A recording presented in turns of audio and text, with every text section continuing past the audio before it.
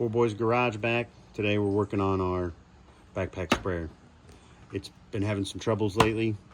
Got a leak at the bottom there, and been hard to pump. And a few other small things we're going to go through, but we'll get to those later. So we picked up this parts kit. I've had this thing for almost 8 years, I think, at least, maybe even 10.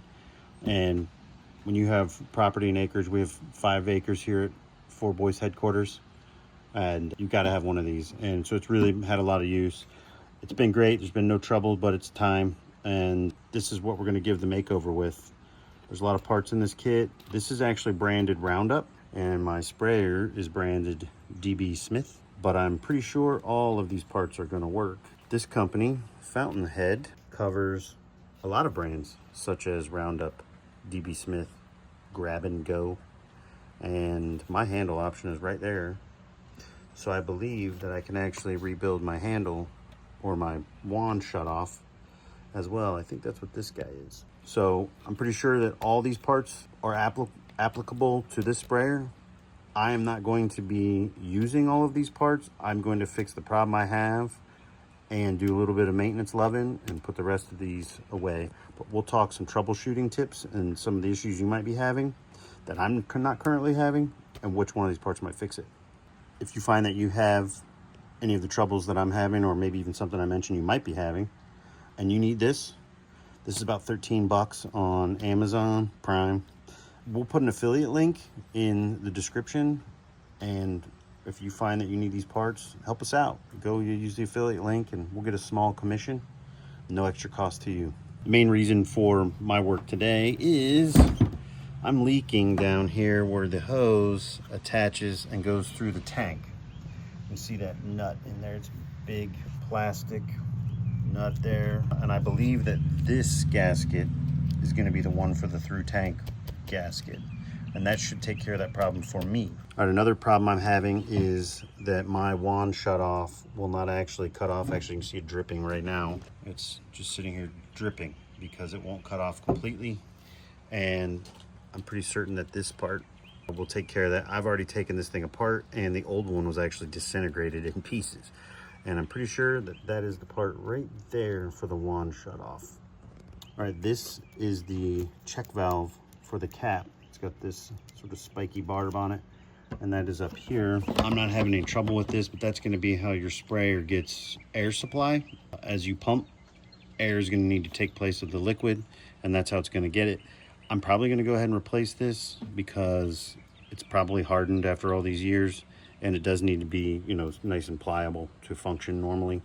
So if I've got 10 years out of the first one, I'm going to go ahead and throw the other one on. All right, there's a seal on the plunger that you may have some liquid splashing out. You may feel like it's hardened and really just gripping the plunger too tightly. And that's gonna be this part right here, right there. It's gonna go through the tank and hold the plunger. All right, so some of the simpler problems that you may have could also be lack of flow. And I know we already covered the shut off, and that's this piece here. There's actually a filter that's in the handle. And if you're having problems with flow, you might need to at least clean yours. Right in there, there he is. Mine looks like it's seen better days. I'm probably just gonna pull it out and replace it. Highly recommend putting on a pair of nitrils before you get to the inside of these tanks. And obviously been putting all sorts of chemicals and things in here, and don't want to get any on your skin now. All right, so inside the tank, there's some pieces of that rubber seal, and you can actually slide over. You can see it's totally shifted off of middle there. It's hard to get to focus. Let me see if I get some light down in there. All right, there it is. The seal is totally come off there. I tried to tighten it, and that's probably about when that completely spun off, but it only worsened from me tightening it, so that's why. All right, to get this pressurized reservoir out, you really just need to reach in and twist. If I can get a shot of it. Yep, it just rotates about 180, and you can see the ears on there. That's sort of that twist lock, and there's one of the seals in the kit, and that is for this pressurized reservoir. If you're not able to build pressure, matter of fact, if you find that your actual backpack is pressurized, it's probably going to be because that is leaking. All right, zoom in there now with the pressure reservoir. Yeah, there's a better look at that tank gasket. That's where the hose goes through, and it's totally spun off of there, so it's destroyed. Yep. You can also get a good look at the plunger, and one of the other problems I've been having is that mine's hard to pump, and so we have a remedy for that. There's also a gasket for your pump in that kit. I'm not having any problem building pressure, so that juice is not worth the squeeze for me. I also have another one of these backpacks. I have 2 of them. And so I'm gonna save as many of these parts as I don't need right now because I may need them for the other one. And sometimes 2 kits can, or 1 kit can fix 2 sprayers. All right, to free up the plunger, just need to pull this pin and then pop out of this clip. Now that comes off, and this is attached to your handle mechanism. It's totally freed up now, and this is the plunger. So part of my repair for the bottom of the tank, I've had to take this off, and I've already unthreaded the hose, as you can see, and the rest of the assembly inside is already freed up and kind of fallen in the tank. But one of the remedies for this plunger wanting to stick, we're going to deal with once we get in here.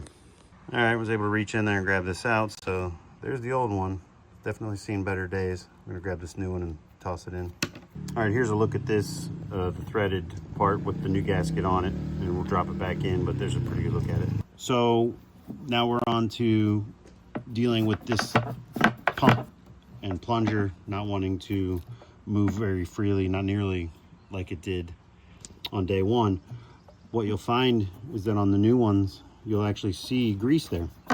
And what they recommend is Vaseline.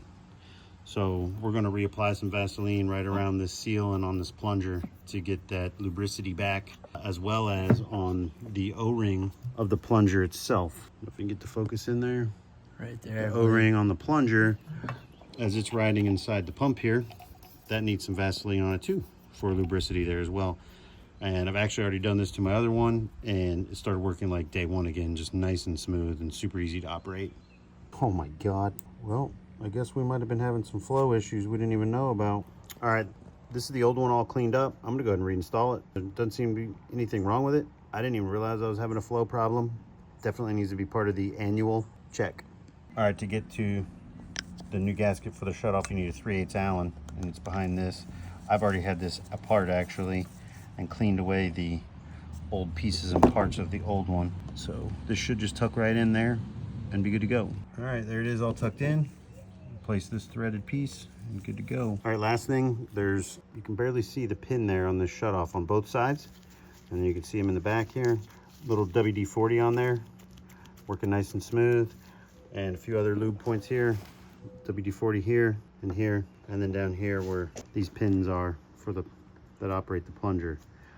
And the pump is already working nice and smooth. Those washers lubricated and the plunger lubricated, and it's just working real smooth like day one. And we'll get this thing reassembled and we're back in business.